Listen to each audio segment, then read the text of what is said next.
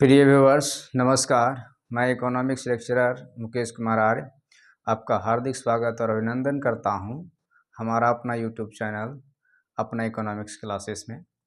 जैसा कि आप जानते हैं, व्यष्टि अर्थशास्त्र की 5 यूनिट समाप्त हो चुका है और आज एक नई यूनिट जिसका नाम है प्रतिस्पर्धा रहित बाजार को शुरू कर रहा हूं। उसका आज पहला वीडियो अपलोड किया जाएगा। आज तो हम लोग यूनिट 6 के रूप में प्रतिस्पर्धा रहित बाजार को पढ़ेंगे, जिसे हम लोग अपूर्ण प्रतियोगी बाजार के भी नाम से जानते हैं।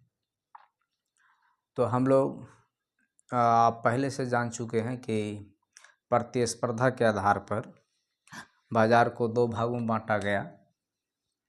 प्रतिस्पर्धा या प्रतियोगिता।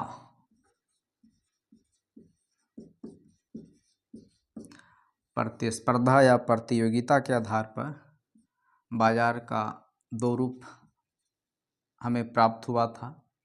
एक को हम लोग पूर्ण प्रतिस्पर्धा या पूर्ण प्रतियोगी और दूसरा को हम लोग अपूर्ण प्रतियोगी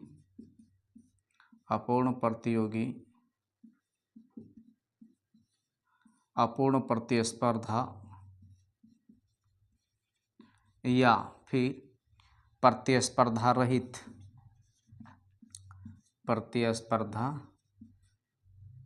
बाजार के नाम से जानते हैं। इम्परफेक्ट कंपटीशन मार्केट के नाम से जानते हैं।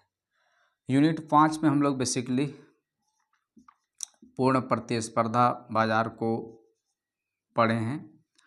उसके अंतर्गत उसी को हम लोग बाजार संतुलन के नाम से पढ़े हैं। इसी यूनिट को बाजार संतुलन के नाम से पढ़े हैं, जहाँ पर हम लोग विशेष रूप से पूर्ण प्रतिस्पर्धा बाजार तथा इसकी विशेषताएं, इस बाजार के अंतर्गत कीमत का निर्धारण कैसे होता है, संतुलित कीमत और संतुलित मात्रा का निर्धारण कैसे होता है, फिर अल्पकाल और दीर्घकाल में इस बाजार की फर्म संतुलन कैसे प्राप्त करती है, कौन कौन सा लाभ कौन कौन सी हानि अर्जित करती है, इसका जिक्र हम यूनिट 5 में बाजार संतुलन नाम से कई सारे वीडियो अपलोड कर चुका हूं। आज हम लोग यूनिट 6 के रूप में इसको पढ़ेंगे, प्रतिस्पर्धा रहित बाजार, इम्परफेक्ट कंपटीशन मार्केट को। ये मेरा यूनिट 6 है। तो हम लोग आज की चर्चा सबसे पहले हम लोग समझेंगे कि प्रतिस्पर्धा रहित बाजार क्या होता है, जिसे हम लोग अपूर्ण प्रतियोगी बाजार के भी नाम से जानते हैं। इंग्लिश नाम हम लोग इम्परफेक्ट कंपटीशन बोलते हैं। इम्परफेक्ट कंपटीशन मार्केट लिखा हुआ है, इम्परफेक्ट कंपटीशन मार्केट।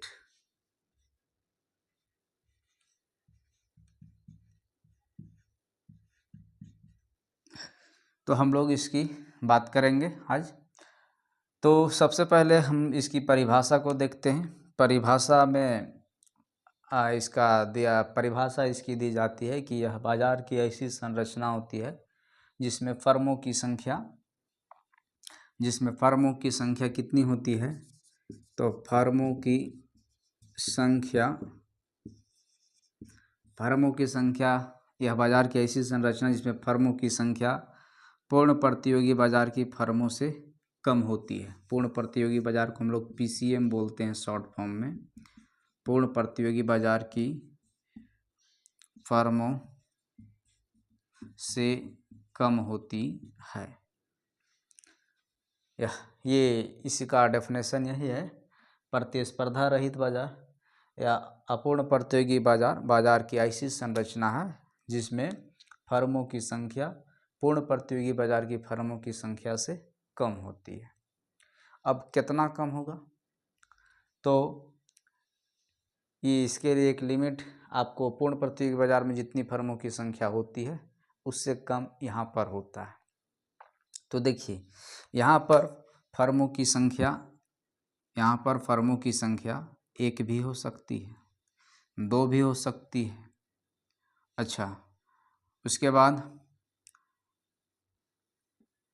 कुछ भी हो सकती है, कुछ या अल्प, ये भी हो सकता है। और ये तो होगी। और एक और जो है कि पूर्ण प्रतियोगी बाजार की फर्मों की संख्या से कम भी हो सकती है। तो ये 4 फॉर्म है, और ये चारों जब बाजार की ऐसी संरचना जिसमें फर्मों की संख्या पूर्ण प्रतियोगी बाजार से कम होती है, और इसको थोड़ा सा हम उल्टा क्रम में लिखते हैं।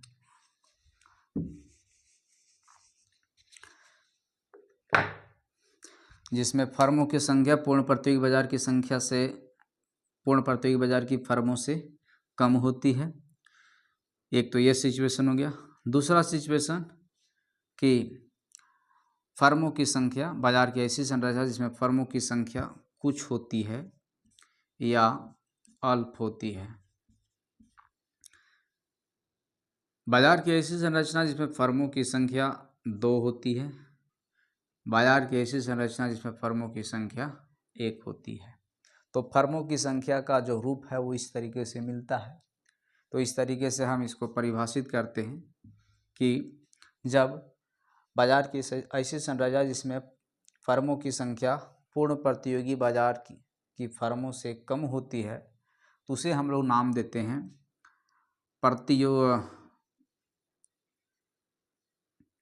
एकाधिकारी बाजार नाम देते हैं। एकाधिकारी या एकाधिकारी बाजार। कभी कभी इसका नाम एकाधिकारात्मक भी लिखा मिल सकता है, एकाधिकारात्मक बाजार। और इंग्लिश में इसको हम लोग बोलते हैं monopolistic competition market. Monopolistic competition market. बाजार की ऐसी संरचना जिसमें फर्मों की संख्या पूर्ण प्रतियोगी बाजार की फर्मों से कम होती है, इसे हम लोग एकाधिकारी बाजार या एकाधिकारात्मक बाजार के नाम से जानते हैं, या मोनोपोलिस्टिक कंपटीशन मार्केट के नाम से जानते हैं। दूसरा, बाजार की ऐसी संरचना जिसमें फर्मों की संख्या कुछ हो या अल्प हो, तो उसे हम लोग नाम देते हैं अल्पाधिकारी बाजार। अल्पाधिकारी बाजार ओलिगोपोली मार्केट के नाम से जानते हैं, ओलिगोपोली मार्केट। अच्छा, बाजार की ऐसी संरचना जिसमें फर्मों की संख्या 2 हो, तो उसे हम लोग द्विधिकारी बाजार के नाम से जानते हैं, द्विधिकारी बाजार। डिओपोली मार्केट बोलते हैं, मार्केट। और बाजार की ऐसी संरचना जिसमें फर्मों की संख्या 1 हो, तो उसको हम लोग एकाधिकार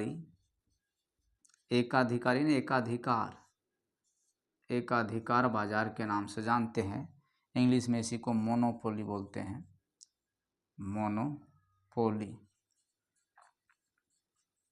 मोनोपोली मार्केट। तो ये अपूर्ण प्रतिस्पर्धा बाजार के अंतर्गत हमें बाजार की इतने रूपों के बारे में जानना है। इसमें से जो इम्पोर्टेंट है वो तो एक ये इम्पोर्टेंट है, एकाधिकार बाजार। दूसरा इम्पोर्टेंट बाजार है आपका एकाधिकारात्मक बाजार।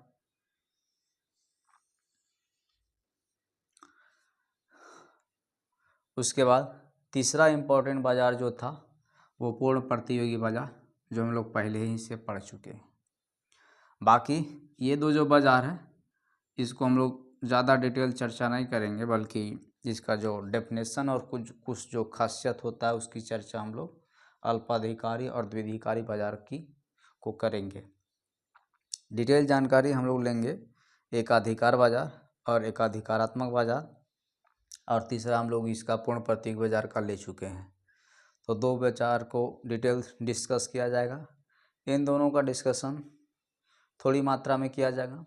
आज के वीडियो लेक्चर में हम चर्चा करेंगे एकाधिकारात्मक बाजार, एकाधिकार बाजार, मोनोपोली मार्केट, ये कौन सी बाजार होती है, इसका अर्थ क्या होता है, इसकी विशेषताएं क्या क्या होती है। उसके बाद हम लोग इस बाजार के अंतर्गत फर्म या उद्योग संतुलन कैसे प्राप्त करता है अल्पकाल में और दीर्घकाल में, इतना चीज़ों का डिस्कशन आज के वीडियो लेक्चर में हम करेंगे। तो शुरू करते हैं।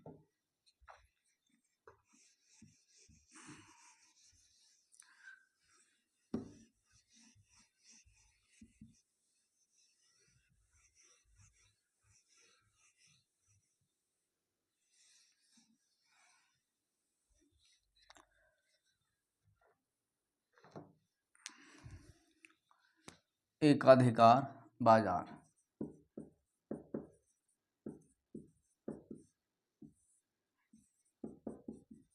जिसको हम लोग मोनोपोली मार्केट के नाम से जानते हैं।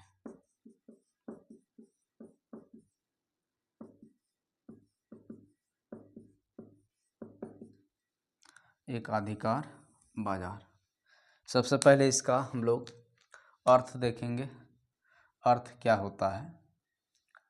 फिर हम लोग अर्थ पहले देखेंगे, अर्थ या परिभाषा कह लीजिए। उसके बाद हम लोग देखेंगे इस बाजार की विशेषताएं क्या क्या होती हैं।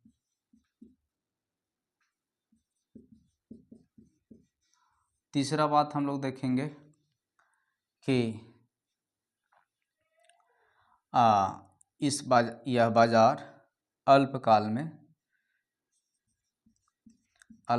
में कौन कौन से लाभ प्राप्त करता है। तो हम लोग वहाँ देखेंगे तो हमें मिलेगा कौन कौन सी लाभ। तो सामान्य लाभ प्राप्त करता है, असामान्य लाभ प्राप्त करती है,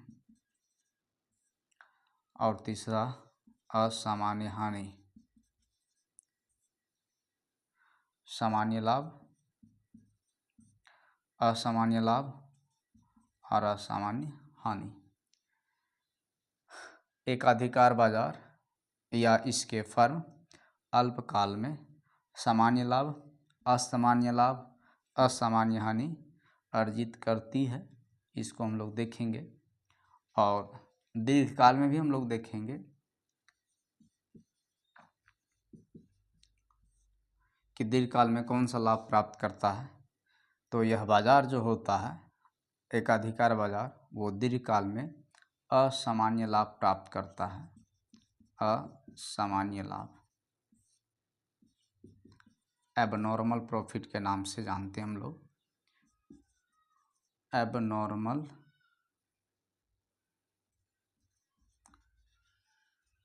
प्रॉफिट या फिर सुपर नॉर्मल प्रॉफिट भी बोलते हैं। इसको हम लोग नॉर्मल प्रॉफिट के नाम से जानते हैं, इसको सुपर नॉर्मल लॉस के नाम से जानते हैं। उसके बाद हम लोग एक और पॉइंट का डिस्कशन करेंगे यहाँ पर कि एकाधिकार बाजार उत्पत्ति होने के कारण, एकाधिकार बाजार उत्पत्ति होने के कारणों को भी डिस्कस करेंगे। तो इतना बात का डिस्कशन आज के वीडियो लेक्चर में किया जाएगा। एकाधिकार बाजार का अर्थ, परिभाषा, इसकी विशेषताएं, फिर अल्पकाल में वो कौन कौन सी लाभ प्राप्त करता है, फिर दीर्घकाल में कौन कौन सा लाभ प्राप्त करता है, और फिर एकाधिकारी की स्थिति उत्पन्न होने के कारण कौन कौन से हैं, इतना का डिस्कशन हम लोग करेंगे। एक यहाँ पर और क्वेश्चन आपको मिल सकता है कि एकाधिकार बाजार या इसके फर्म संतुलन कैसे प्राप्त करते हैं अल्पकाल में या दीर्घकाल में। तो हम लोग संतुलन का मतलब समझते हैं कि एक ऐसा स्थिति या उत्पादन का ऐसा स्तर जहाँ पर उत्पादक को अधिकतम लाभ की प्राप्ति होती है। तो अधिकतम लाभ की प्राप्ति, ये तीन स्थिति यहाँ पर है, उसमें से कौन बताएगा? तो ये बताएगा अल्पकाल में, और वहीं दीर्घकाल में बात करेंगे तो ये बताएगा। तो जब अगर बात किया जाए कि एकाधिकारी बाजार या इसके फर्म अल्पकाल में संतुलन कैसे प्राप्त करते हैं, तो हमें इस स्थिति को दिखाना पड़ता है। और यदि दीर्घकाल में पूछा जाएगा तो इस स्थिति को दिखाना पड़ता है। वैसे जानना आपको सब कुछ कि सामान्य लाभ कैसे अर्जित करती है, असामान्य हानि कैसे अर्जित करती है, असामान्य लाभ कैसे अर्जित करता है। अच्छा, एक और क्वेश्चन आता है आपको यहाँ से। अच्छा, पहले हम अर्थ की बात करते हैं। तो अर्थ में इसका क्या क्या है? बाजार की ऐसी संरचना होती है जहाँ पर फर्मों की संख्या एक होती है। फर्मों की संख्या एक हो तो उसे हम लोग एकाधिकार बाजार कहते हैं। उसके बाद ये इसका अर्थ भी हो गया, परिभाषा भी हो गया। विशेषताएं की बात करेंगे तो विशेषताएं की बात करेंगे तो विशेषताएं क्या है? एक विशेषता तो ये हो गया कि फर्मों की संख्या या विक्रेता की संख्या एक होती है। दूसरी विशेषता क्या होगी? हाँ, कि अब एक बात का विश्लेषण करें कि बाजार की ऐसी संरचना जिसमें फर्मों की संख्या एक होती है उसको हम लोग एकाधिकार बाजार या मोनोपोली मार्केट बोलते हैं। तो सोचने वाली बात है कि एकाधिकार बाजार या एकाधिकार उद्योग और इसके फर्म में कुछ डिफरेंस होगा कि एकाधिकार बाजार को ही हम उसके फर्म के नाम से जानेंगे। सवाल ये आता है एक्चुअली कि किस बाजार में फर्म और उद्योग एक ही होते हैं, किस बाजार में फर्म या उद्योग अलग अलग नहीं होते हैं। आपको ऑप्शन दिया जाएगा, एकाधिकार बाजार, एकाधिकारी बाजार, ये पूर्ण प्रतियोगी बाजार, अल्पाधिकार बाजार। तो ये एकाधिकार बाजार की ऐसी संरचना जिसमें फर्मों की संख्या एक होती है और इसका फर्म ही इसका उद्योग होता है, इसका बाजार होता है। इसलिए एकाधिकारी बाजार के फर्म और उद्योग अलग अलग नहीं होते हैं बल्कि एक ही होते हैं। तो ये दूसरी विशेषता के रूप में इसको शामिल कर सकते हैं। हाँ,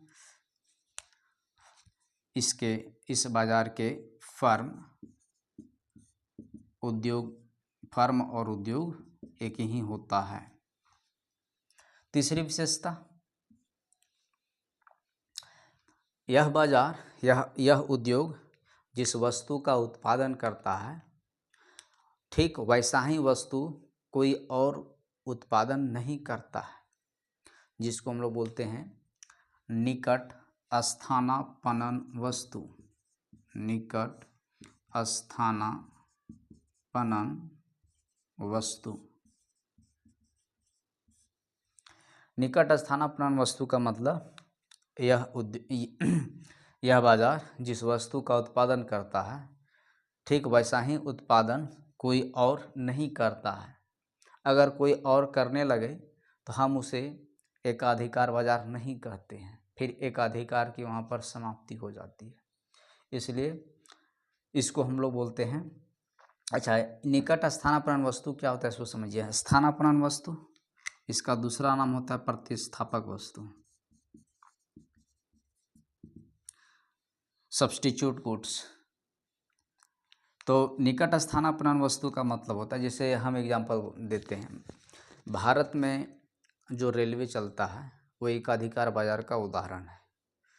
तो वो रेलवे क्या करता है, तो पैसेंजर और माल यानी वस्तुओं को एक स्थान से दूसरे स्थान पहुंचाता है, यानी लोगों को और लोगों के साथ साथ वस्तुओं को एक जगह से दूसरे जगह पहुंचाता है। क्या वो जितनी मात्रा में लोगों को, पैसेंजर को और वस्तुओं को रेलवे जितनी मात्रा में पहुंचाता है, ले आता है, क्या उतनी मात्रा में भारत में कोई और ऐसी यातायात के साधन हैं जो इतनी भारी मात्रा में ट्रांसपोर्टेशन कर सके? तो जवाब में आएगा नहीं। तो इसको हम बोलेंगे कि भारत में यातायात साधन के रूप में रेलवे का निकट स्थानापन्न सुविधा कोई और नहीं है। इसलिए भारत में रेलवे सेवाएं प्रदान करने का जो एकाधिकार है वो भारत सरकार का है, और ठीक वैसे उतनी बड़ी यातायात सुविधा भारत में और नहीं है। इसलिए हम कह सकते हैं कि यातायात सुविधा रेलवे यातायात सुविधा का निकट स्थानापन्न वस्तु नहीं है। तो एकाधिकार बाजार की ये तीसरी विशेषता है कि निकट स्थानापन्न वस्तु का अभाव होता है, यानी कोई और नहीं होता है जो ठीक वैसा ही वस्तु का उत्पादन करता है। ये सबसे इम्पोर्टेंट फीचर्स हैं। चौथी विशेषता है कि यहाँ पर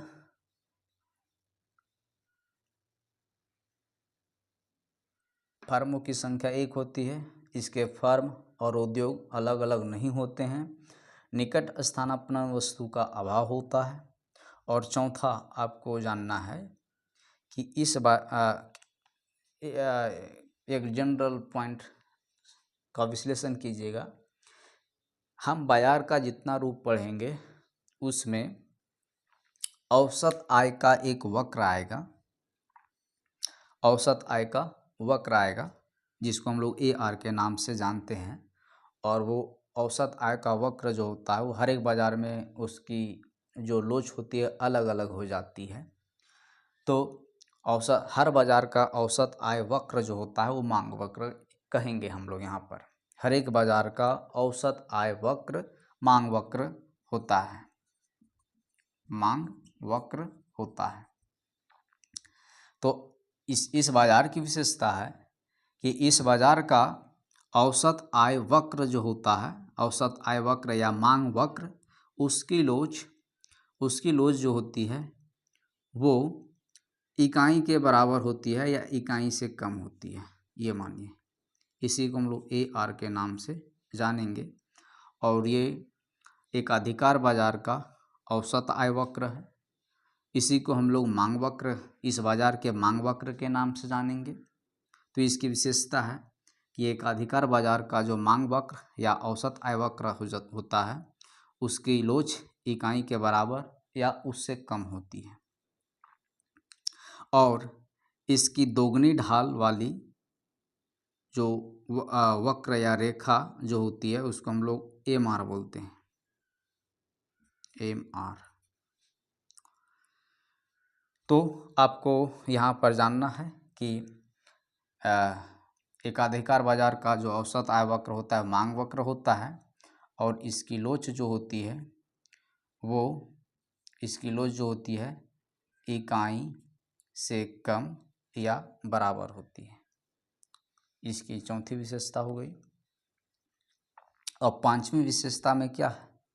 पांचवी विशेषता में है कि AR इस बाजार का औसत आगम औसत आय अधिक होता है सीमांत आय से।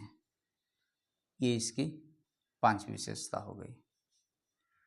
पहली विशेषता फर्मों की संख्या एक, दूसरा इस बाजार का फर्म ही उद्योग होता है, तीसरा इस बाजार में उत्पादित वस्तु का निकट स्थानापन्न वस्तु नहीं होती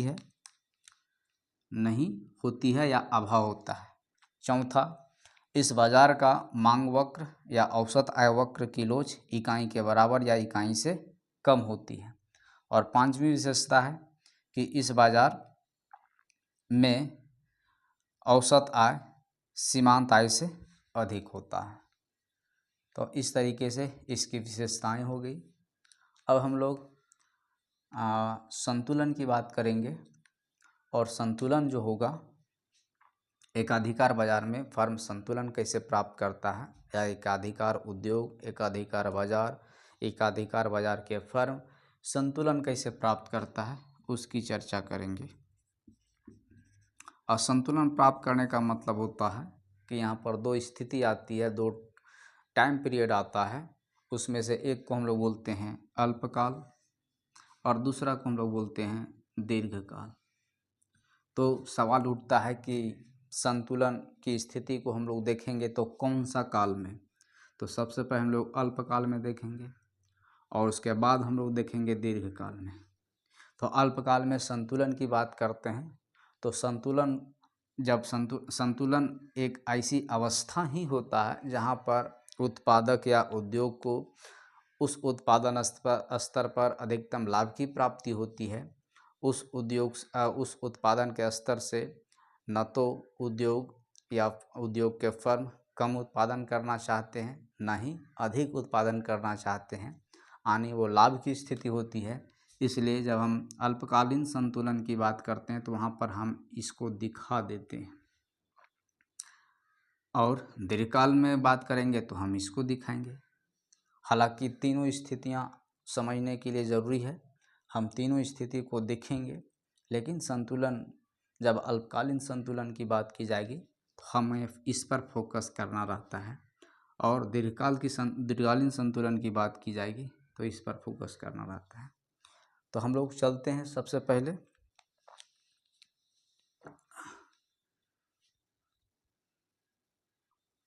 अभी इस कॉन्सेप्ट का प्रयोग होगा कि औसत आय या मांग वक्र किलोच इकाई के बराबर या इकाई से कम होती है और उसकी दुगनी ढाल सीमांत आय का होता है।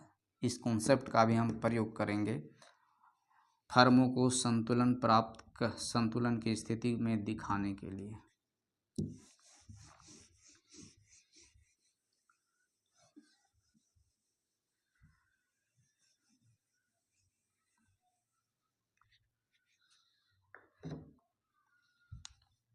देखिएगा,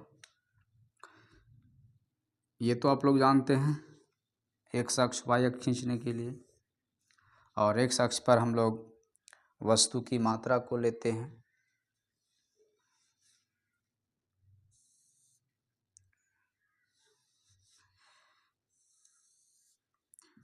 वस्तु की मात्रा, और दूसरा अक्ष पर लेते हैं वस्तु की कीमत। कीमत लेंगे, लागत लेंगे, आय भी ले सकते हैं, इतना चीज़ ले सकते हैं। और अभी हम लोग एक कॉन्सेप्ट इस अधिकार बाजार की विशेषता के अंतर्गत एक हम लोग कॉन्सेप्ट का डिस्कशन किए कि इस बाज़ार का जो मांग वक्र होता है या औसत आय वक्र जो होता है उसकी लोच इकाई के बराबर या इकाई से कम होता है। तो 45 डिग्री से नीचे खींच देंगे।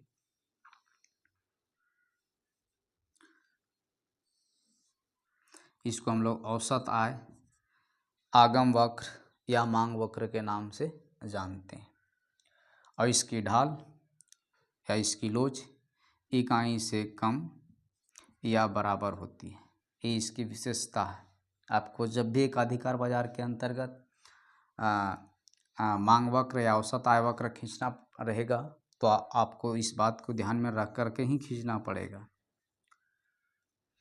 उसके बाद दूसरी विशेषता हम लोग देखें कि इसकी जितनी ढाल होती है उसकी दुगनी ढाल MR सीमांत आगम वक्र का होता है।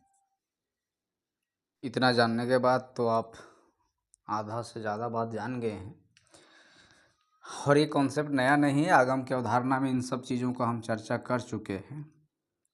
ये इसकी दुगनी ढाल MR की होती है,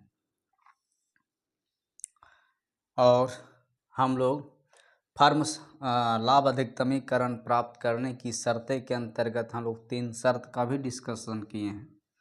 पहला शर्त है आपका MC = MR, दूसरा शर्त है कि MC > MR, और तीसरा शर्त है कि अल्पकाल शॉर्ट रेंज में यानी अल्पकाल में कीमत अधिक हो या बराबर हो औसत परिवर्तनशील लागत से, और दीर्घकाल में लॉन्ग रेंज में कीमत अधिक या बराबर हो औसत लागत से। ये 3 शर्तों का डिस्कशन हम बहुत पहले कर चुके हैं, और ये शर्तें लागू होने से क्या होता है, तो ये शर्तें लागू होने से हमें एक संतुलन बिंदु मिलता है। तो यहाँ पर एम आर तो है और एक हमें एम सी वक्र खींचना पड़ेगा और जहाँ टच करेगा उससे हमें एक संतुलन बिंदु प्राप्त होगा। देखिए जैसे, और एम सी वक्र जो होता है वो यू शेप का होता है, इसको आप लोग पहले से जानते हैं। तो उसको हम खींचते हैं यू शेप में। ई मार्जिनल कॉस्ट, सीमांत लागत वक्र। अच्छा, अल्पकालीन सीमांत लागत वक्र भी लिख सकते हैं इसको। अल्पकालीन सीमांत लागत वक्र लिखने का मतलब एस, और एस को हम यहाँ पर ब्रैकेट में लिखते हैं क्योंकि यू कभी लिखा भी जाता है और साइलेंट भी रहता है। S for short marginal cost. अब देखिए टच कहाँ किया, तो सीमांत लागत वक्र टच किया यहाँ पर इस बिंदु पर, और इससे एक हमें संतुलन की मात्रा प्राप्त होती है। उसको अगर हम मात्रा से मिला लें तब ये क्यू स्टार पॉइंट हो गया, तो हमें एक ये उत्पादन की मात्रा प्राप्त होगी। अच्छा, अब यहाँ सवाल उठता है कि हम अल्पकालीन संतुलन मतलब 3 स्थिति है। एक स्थिति ये हुआ, दूसरा स्थिति ये हुआ, तीसरा स्थिति ये हुआ।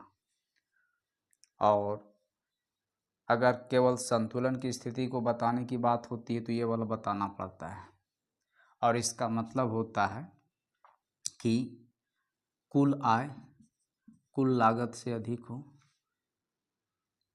या फिर औसत आय औसत लागत से अधिक हो।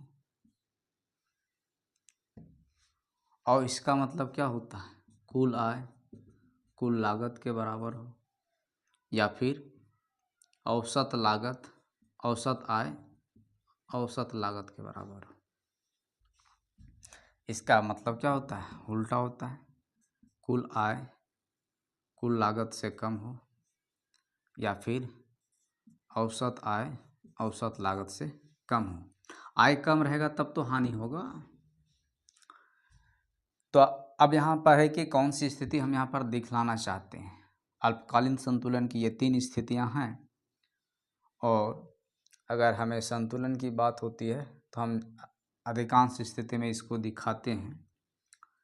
वैसे अगर क्वेश्चन तीनों क्वेश्चन बनता है, एकाधिकार बाजार में अल्पकाल में एकाधिकार बाजार सामान्य लाभ कैसे अर्जित करती है, रेखा चित्र की सहायता से दिखाइए।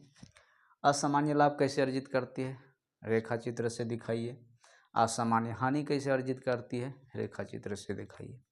तो सबसे पहले हम लोग सामान्य लाभ को दिखाते हैं। पहला वाला सामान्य लाभ कैसे, सामान्य लाभ का मतलब कुल आय कुल लागत के बराबर होना चाहिए, या फिर औसत आय औसत लागत के बराबर होना चाहिए।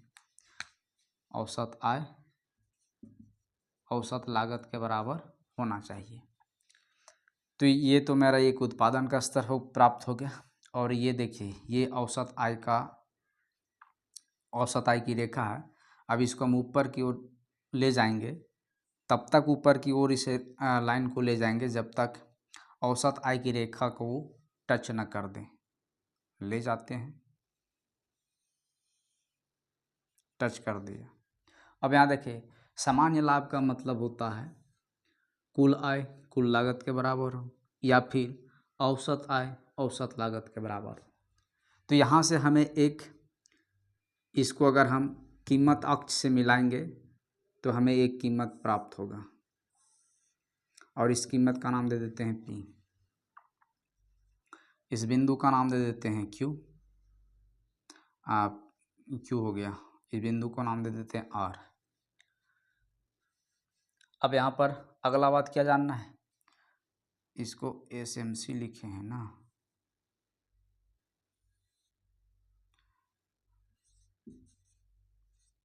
शॉर्ट मार्जिनल कॉस्ट, या मार्जिनल कॉस्ट भी लिखते हैं। अच्छा, अब देखिए यहाँ पर ये तो मेरा औसत आय वाला प्राप्त हो गया कि औसत आय OP है चाहे QR है, यानी एक जो ये कीमत प्राप्त हुआ, कौन सा कीमत प्राप्त हुआ, सामान को इस कीमत पर बेचेंगे वो कीमत प्राप्त हुआ। और एक कीमत हमें चाहिए, लागत वाला कीमत चाहिए। तो लागत वाला कीमत जानने के लिए हमें औसत लागत का वक्र खींचना पड़ेगा जो यू शेप में होता है। अब हम खींचते हैं।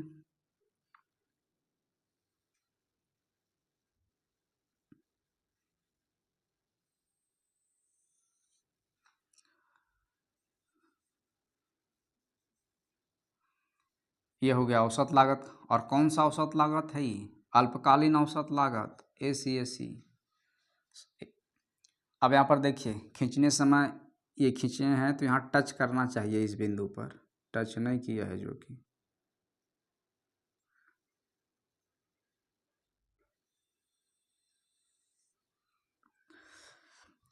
दूसरी बात ध्यान, औसत लागत का जो लोवेस्ट पॉइंट है उससे MC वक्र गुजरना चाहिए, तो इस बात को ध्यान में भी रख करके खींचना पड़ता है। अब ये वाला कीमत हम इस उत्पादन की मात्रा को बेचेंगे, वही केवल कीमत है, या फिर हम इस उत्पादन के लिए जो लागत लगा है उसको भी कैलकुलेट करने के लिए कीमत है। जो आप लागत कैलकुलेट कीजिए या फिर आय कैलकुलेट कीजिए, दोनों को कैलकुलेट करने के लिए कीमत चाहिए। और ये जो कीमत है वो किसके लिए कीमत है? लागत के लिए कीमत, लागत कैलकुलेट करने के लिए कीमत है कि आय कैलकुलेट करने के लिए कीमत है? तो ये दोनों के लिए कीमत है।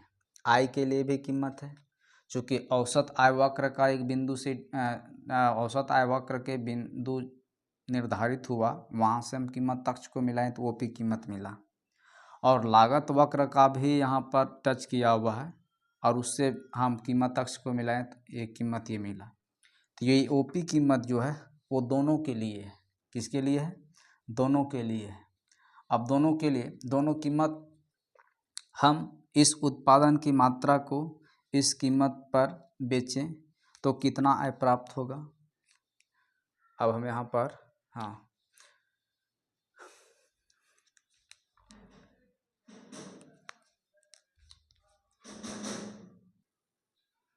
अब लागत हो चाहे आय हो, उस दोनों को कैलकुलेट करने के लिए एक ही कीमत है OP।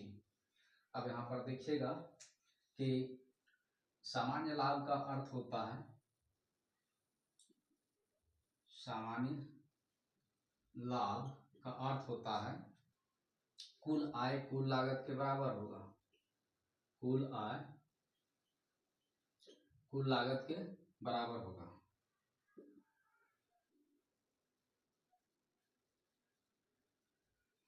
कुल आय कुल लागत के बराबर होगा। कुल आय को हम लोग TR बोलते हैं, कुल लागत को TC बोलते हैं। अब कुल आय का फॉर्मूला भी होता है औसत आय गुने उत्पादन की मात्रा, औसत आय गुने उत्पादन की मात्रा। और कुल लागत को कैलकुलेट करने का भी फॉर्मूला होता है औसत लागत गुने मात्रा। और दोनों की मात्रा जो है सो एक ही है, दोनों की मात्रा। हाँ, औसत आय कितना है? कुल आय से भी निकल जाएगा, औसत आय से भी निकल जाएगा। हाँ, औसत आय कितना है? औसत आय OP, औसत आय OP कैसे?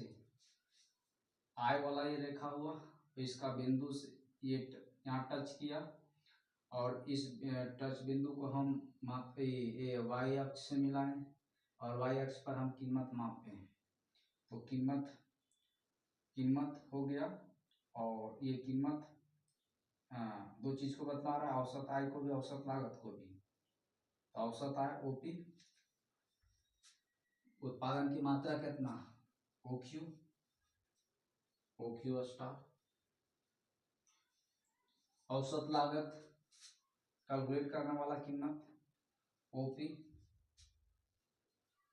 और उत्पादन की मात्रा OQ स्टार। अब यहाँ पर देखिए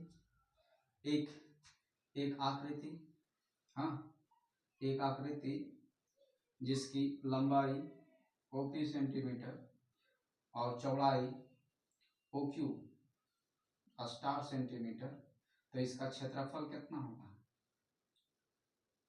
क्षेत्रफल कितना होगा? तो क्षेत्रफल टोटल हो जाएगा। अब इस आकृति का नाम क्या, O P R Q star, O P R Q star. उसी तरीके से कुल लागत को कैलकुलेट करने के लिए भी वही चीज है, ओ पी लंबाई, ओ क्यू स्टार चौड़ाई, तो क्षेत्रफल total O P R Q star, O P R Q star comment हो गया। अब देखिए कुल आय जितना है उतना ही तो कुल लागत है, और इसी को हम लोग सामान्य लाभ के नाम से जानते हैं। तो एक अधिकार बाजार से आप क्या समझते हैं, अल्पकाल में एक अधिकार बाजार सामान्य लाभ कैसे अर्जित करती है, वही मेरा रेखा चित्र हो गया और ये फार्मूला हो गया। तो उम्मीद है कि आप समझ गए होंगे। कुल आय को आप निकालने के लिए समझ गए। कुल आय का मतलब होता है कि उत्पादन की मात्रा और उसके कीमत से गुना करेंगे, तो जो क्षेत्रफल आएगा उस क्षेत्रफल उस आकृति का क्षेत्रफल का जो नाम है उसी को यहाँ पर लिख दिए हैं। लागत वाला क्षेत्रफल भी कैलकुलेट करने के लिए कीमत को उसकी मात्रा से गुना करते हैं, तो कुल लागत आ गया। अरे दोनों एक ही है, और सामान्य लाभ का अर्थ भी यही होता है। तो आप उम्मीद है कि आप समझ गए होंगे। अब हम लोग चलते हैं असामान्य लाभ की ओर। असामान्य लाभ की ओर, और असामान्य लाभ का मतलब क्या होता है, असामान्य लाभ का मतलब होता है कुल आय अधिक हो कुल लागत से, कुल आय अधिक हो कुल लागत से, I T R greater than T C. अब हम लोग इसको देखते हैं, फिगर में देखेंगे।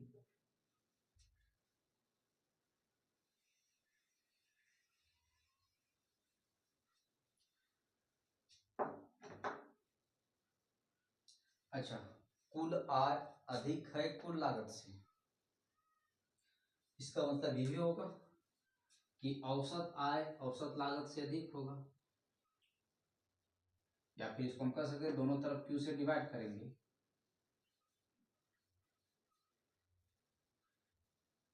कोई दिक्कत यहाँ तक नहीं। और क्यू दोनों क्यू से, टी आर बटा क्यू को हम लोग ए आर बोलते हैं, और टी सी बटा क्यू को हम ए सी बोलते हैं। अब यहाँ पर अगर औसत लागत से बड़ा है औसत आय तो ये घट सकता है, ऐसे भी ये हो सकता है।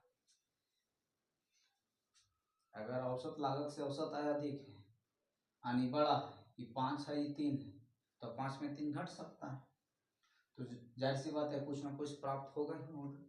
अब इसको कितना प्राप्त होगा ये रेखा चित्र से देखने वाली बात है। अब देखिए कुछ चेंज नहीं करना पड़ता है, थोड़ा सा चेंज करना पड़ता है। हम लोग सामान्य लाभ में क्या देखें कि कुल औसत आय और औसत लागत, औसत आय और औसत लागत ये दोनों का जो चित्र है एक बिंदु पर मिला यहाँ पर, ठीक है। असामान्य लाभ में क्या होगा, ये वाला जो होगा आय वाला आय वाला जो होगा, या फिर जो लागत वाला होगा, लागत वाला जो वक्र होगा वो ए आर से कम होगा। लागत वाला जो वक्र होगा वो ए आर से कम होगा, नीचे होगा। अभी तो औसत लागत और औसत आय वाला जो रेखाएं हैं वो इसी बिंदु पर मिले। अब हमको आय अधिक करना है, या फिर ये कह सकते हैं कि लागत को कम करना है। तो लागत को कम करने के लिए जो औसत लागत वाला जो वक्र है उसको हम नीचे की ओर कर देते हैं, नीचे की ओर कर देते हैं, और नीचे की ओर कर देंगे तो लाभ मिल ही जाएगा। जैसे ये हो गया। अब ये जो कीमत हो गया ये वाला, ये आय को कैलकुलेट करने वाला कीमत हो गया, आय वाली कीमत है। अब हमको एक लागत वाला कीमत चाहिए, तो लागत का कीमत प्राप्त करने के लिए है ना हमें एक औसत लागत वक्र खींचना पड़ेगा, और वो कीमत इस कीमत से कम होगा, इसलिए कम होगा क्योंकि हमें असामान्य लाभ दिखाना है, और असामान्य लाभ का मतलब होता है कुल आय कुल लागत से अधिक होना, यानी कि कुल लागत को कम करना पड़ेगा, और कुल लागत तब कम होगा जब हम औसत लागत का जो वक्र है उसको हम इससे नीचे रखेंगे। इससे नीचे ये वाला हो गया, अब इससे नीचे रखते हैं। शेप कैसा हुआ, यू शेप होगा, और दूसरा बिंदु यहाँ पर लाते लाते उसका पोजीशन जो उसका लोवेस्ट पॉइंट डीप होना चाहिए, गहरा होना चाहिए। हो गया कंप्लीट। ये हो गया मेरा एसीएससी अल्पकालीन औसत लागत। अब यहाँ से एक कीमत मिला मुझे, कौन सा कीमत, एक कीमत यहाँ से मिला, इसको नाम दे देते हैं P1, और ये वाला कीमत कौन सा हो गया, ये हो गया मेरा लागत वाली कीमत, लागत कीमत OP1, और ये OP कितना हो गया, आय वाली कीमत। अब आपका काम पूरा हो गया। अब देखिए यहाँ पर औसत आय, हाँ, कुल आय कुल लागत से अधिक होना चाहिए, तो कुल आय कुल लागत से अधिक होना चाहिए, या फिर हम ये कह दें कि कुल आय में से कुल लागत घटाने के बाद कुछ बचना चाहिए। ये भी बात ठीक है। तो देखिए यहाँ पर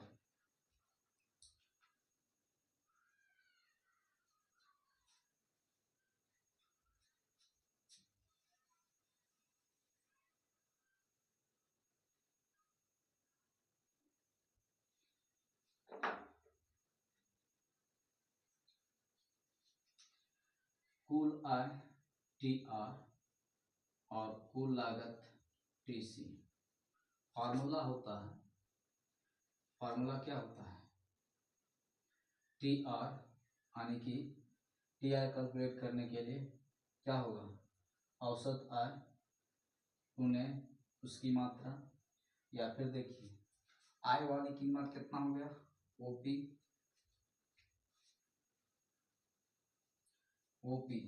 यानी एक ऐसा आकृति,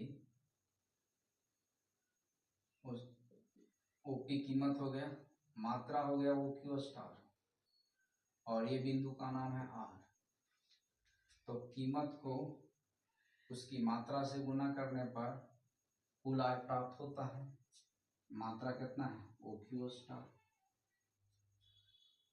उसी तरीके से लागत को कैलकुलेट करने के लिए क्या करेंगे, लागत को कैलकुलेट करने के लिए ये वाला मेरा लागत वाला कीमत हो गया OP1, और इसका नाम देते हैं S हो गया। तो लागत को कैलकुलेट, कुल लागत को कैलकुलेट करने के लिए कीमत को उसकी मात्रा से गुना करेंगे, लागत वाली कीमत को उसके मात्रा से गुना करेंगे, तो ये वाला एरिया आएगा, वो P1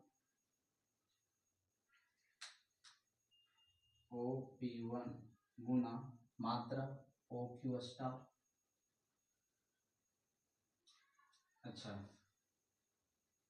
तो ये हम आय को गुना करेंगे तो ये वाला क्षेत्रफल आएगा OPRQ स्टार,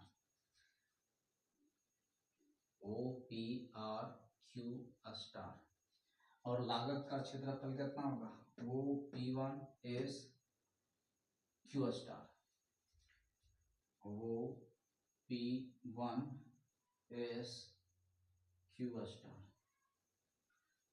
अब देखिए कुल आय में से कुल लागत घट जाएगा, कुल आय में से कुल लागत घट जाएगा, तो कुल आय बड़ा वाला हो गया, कुल लागत छोटा हो गया, और ये घट जाएगा, घट जाएगा मतलब ये हो जाएगा।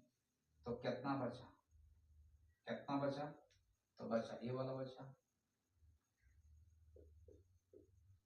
इसी को हम लोग इसका नाम दे देंगे, कितना नाम दे देंगे, P1 PRS, P1 PRS, इसी को हम लोग बोल रहे हैं क्या, असामान्य लाभ। असामान्य लाभ, असामान्य लाभ, abnormal profit, super normal profit, है ना, इसको हम लोग सुपर नॉर्मल प्रॉफिट भी बोलते हैं, सुपर नॉर्मल प्रॉफिट। तो इस तरीके से एकाधिकार बाजार के अंतर्गत अल्पकाल में असामान्य लाभ कैसे प्राप्त किया जाता है उसका जिक्र किए, और हम असामान्य हानि कैसे प्राप्त होगा उसको हम देखेंगे। थोड़ा देर इसके लिए रुकना पड़ेगा। हम इतना ही के माध्यम से एक और कॉन्सेप्ट जो होता है, हमें दीर्घकाल में भी असामान्य लाभ को जानना होता है, और जो अर्थ अल्पकाल में असामान्य लाभ का होता है वही अर्थ दीर्घकाल में असामान्य लाभ का होता है। लेकिन इसको दिखाने के लिए थोड़ा सा नाम में इस वक्रों के नाम को बदलना पड़ता है। ये दीर्घकाल है, ये अल्पकाल है। तो अल्पकाल में हम लोग अल्पकालीन औसत लागत का प्रयोग किए, अल्पकालीन सीमांत लागत वक्र का प्रयोग किए। दीर्घकाल में हम लोग इन वक्रों को नाम को बदल देते हैं। इसके जगह पर यहाँ पर नाम आएगा एल, लॉन्ग मार्जिनल कॉस्ट, इसका नाम आएगा लॉन्ग एवरेज कॉस्ट, बाकी सारा चीज वही है। ये हो गया मेरा दीर्घकाल में एकाधिकार बाजार कैसे असामान्य लाभ प्राप्त करता है उसका रेखा चित्र और उसका ये कैलकुलेशन। समझिए यहाँ तक। एक मेरा जो असामान्य हानि बचा हुआ अल्पकाल में उसको भी देख लेते हैं। सिंपल है, थोड़ा सा दिमाग लगाइए। हमें लाभ दिखाना था तो लागत को नीचे कर दिए, लागत वक्र को नीचे कर दिए, यहाँ से नीचे कर दिए। अब हमको हानि दिखाना है तो लागत वक्र को क्या करेंगे, बढ़ा देंगे। जैसे देखिए कैसे बढ़ाते हैं इसमें।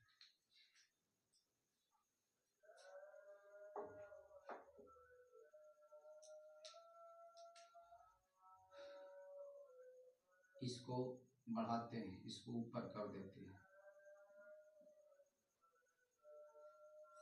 अब यहाँ पर हम क्या करेंगे, लागत वक्र यू शेप का होता है। अल्पकाल में हम लोग जा रहे हैं इसलिए इस सब का नाम अल्पकालीन सीमांत लागत वक्र हो जाएगा, और ये तो मिट जाएगा। फिर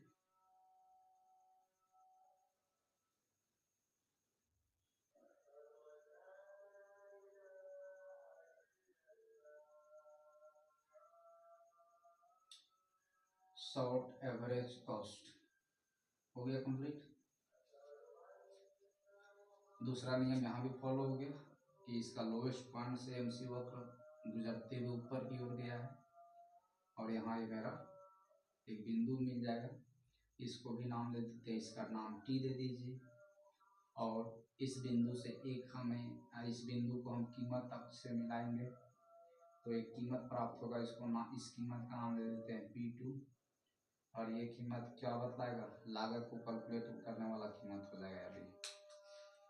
उसके बाद ये जो है सो मिट जाएगा, नहीं रहेगा ये।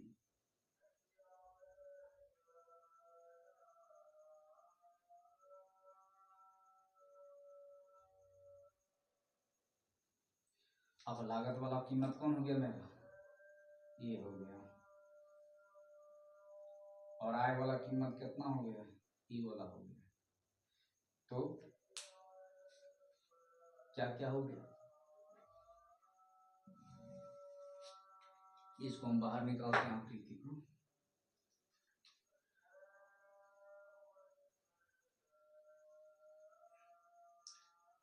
ये वो है, ये क्यू स्टार है, ये वाला यहाँ पर एक आय वाला कीमत है OP, और लागत वाला कीमत है OP2। कंप्लीट हो गया, और इसका नाम है T। तो असामान्य हानि का मतलब क्या होता है? असामान्य हानि का मतलब होता है कुल आय, कुल लागत अधिक होगा कुल आय से। कुल लागत अधिक होगा कुल आय से। कुल लागत अधिक होगा कुल आय से, टीसी माइनस टीआर।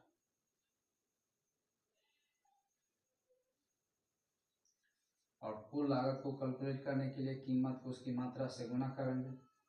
तो लागत वाली कीमत कितना हो गई? OP2। और आय वाली कीमत कितनी हो गई? OP। OP को उसकी मात्रा से गुणा कर रहे हैं। अब लागत वाली कीमत इतना है ना, और उसकी मात्रा इतना, तो इतना कीमत को उसकी इतनी मात्रा से गुणा करेंगे तो ये वाला पूरा आएगा OP2T Q star. OP2T Q star, T Q star. और आय वाली कितना हो गया? OP इंटू इतना, तो OPR Q star, OPR Q star. अब लागत अधिक है, आय कम है, तो लागत अधिक है और आय कम है, तो लागत अधिक में आय को घटाएंगे तो ये वाला जो पोर्शन बचेगा वो क्या कहलाएगा? हानि में कहलाएगा। कुल लागत इतना में कुल आय इतना माइनस कर देंगे तो यही वाला बचेगा। देखो यहाँ पर माइनस करने पर ही बचा, और इसका नाम क्या है? P2TR, P2TR, P2 उसके बाद TR,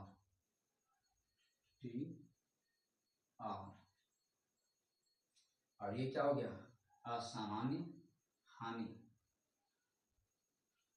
इसको हम लोग क्या बोलते हैं? Super normal loss. Super normal loss. उसकी मात्रा कितना होगी? P2TR, यही वाला ई साइडेड पोर्शन।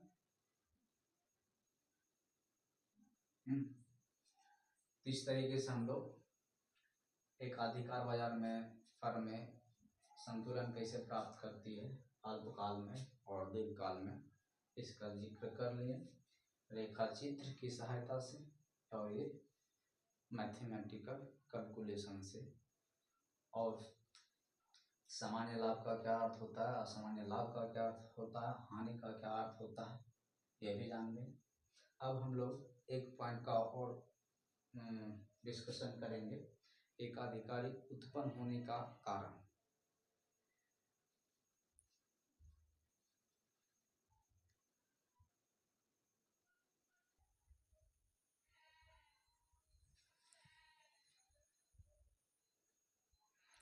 तो एक इसमें और इसका जो कारण है, एकाधिकार बाजार की स्थिति उत्पन्न होने का कारण का डिस्कशन कर लेते हैं।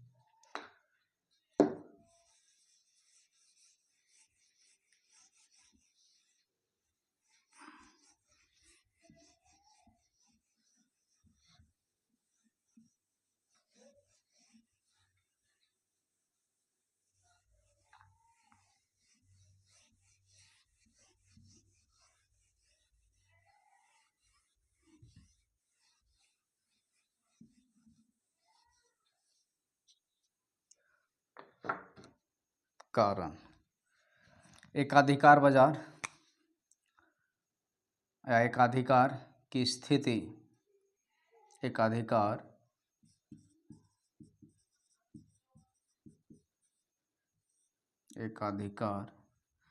की स्थिति उत्पन्न होने के कारण,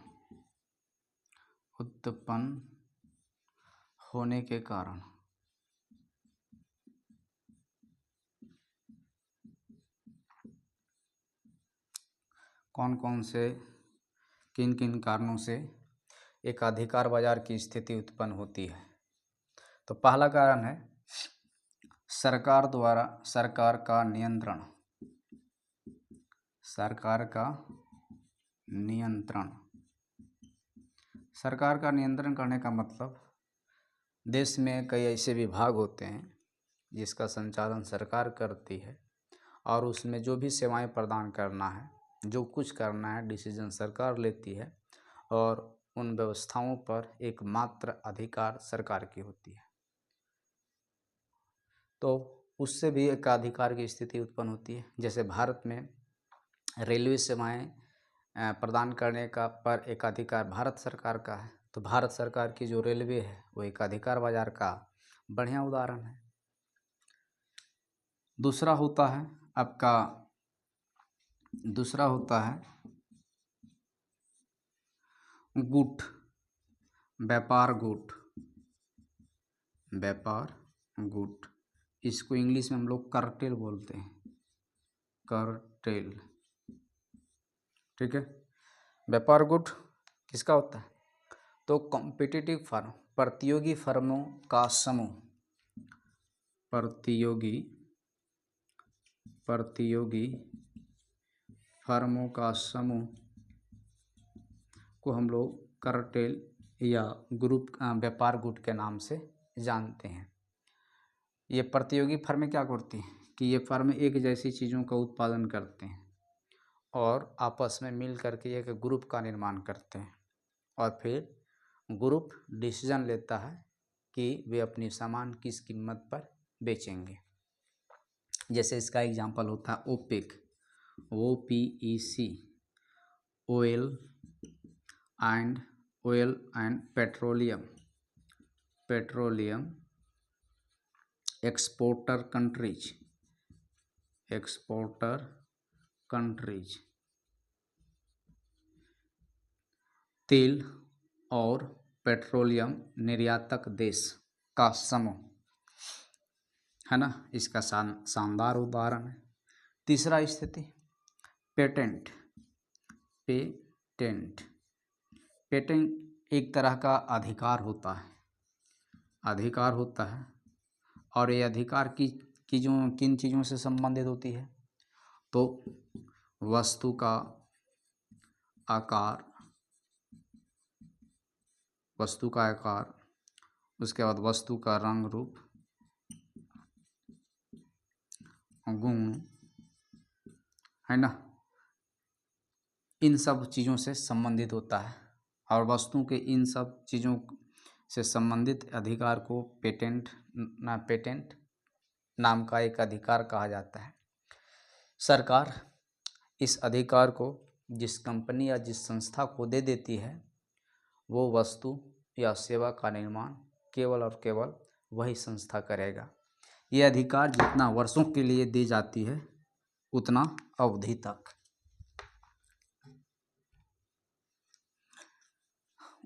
तक वही कंपनी उस वस्तु को निर्माण करेगा। नई नई तकनीकें का जो ईजाद किया जाता है वो भी तकनीकों का निर्माण, है ना, वही कंपनी या संस्था करेगी जिन्हें पेटेंट का अधिकार प्राप्त है। जैसे देखिए कोविड-19 में वैक्सीनेशन निर्माण से संबंधित कंपनियां सब कोई वैक्सीनेशन का निर्माण नहीं कर सकती थी, जिन्हें सरकार पेटेंट नामक अधिकार प्रदान किए वही संस्था या कंपनी जो है वो कोविड वैक्सीन तैयार कर रही थी। तो ये हो गया। और एक और कारण से एक अधिकार की स्थिति उत्पन्न होती है, वो कारण क्या है? प्राकृतिक, है ना, कारण। इसमें क्या होता है? एक ऐसी द्वीप की कल्पना की जाती है जहाँ पर एक झरना है और उस झरना पर एक अधिकार किसी एक व्यक्ति का है। उस झरना से पानी भी लेना है तो उससे पूछ करके लेना पड़ेगा, जिस पर अधिकार उस व्यक्ति का है। तो प्राकृतिक कारण, तो इन कारणों से सरकार का नियंत्रण से भी एक अधिकार की स्थिति उत्पन्न होती है। व्यापार गुट या कार्टेल के से एकाधिकार की स्थिति उत्पन्न होती है। पेटेंट सभी एकाधिकार की स्थिति उत्पन्न होती है और प्राकृतिक कारण से भी एकाधिकार की स्थिति उत्पन्न होती है। तो आज के वीडियो लेक्चर में हम लोग एकाधिकार बाजार का अर्थ, वह परिभाषा की बात किए। उसके बाद हम लोग बात किए विशेषताएं की बात किए। तीसरा हम लोग संतुलन की बात किए अल्पकाल में और दीर्घकाल में।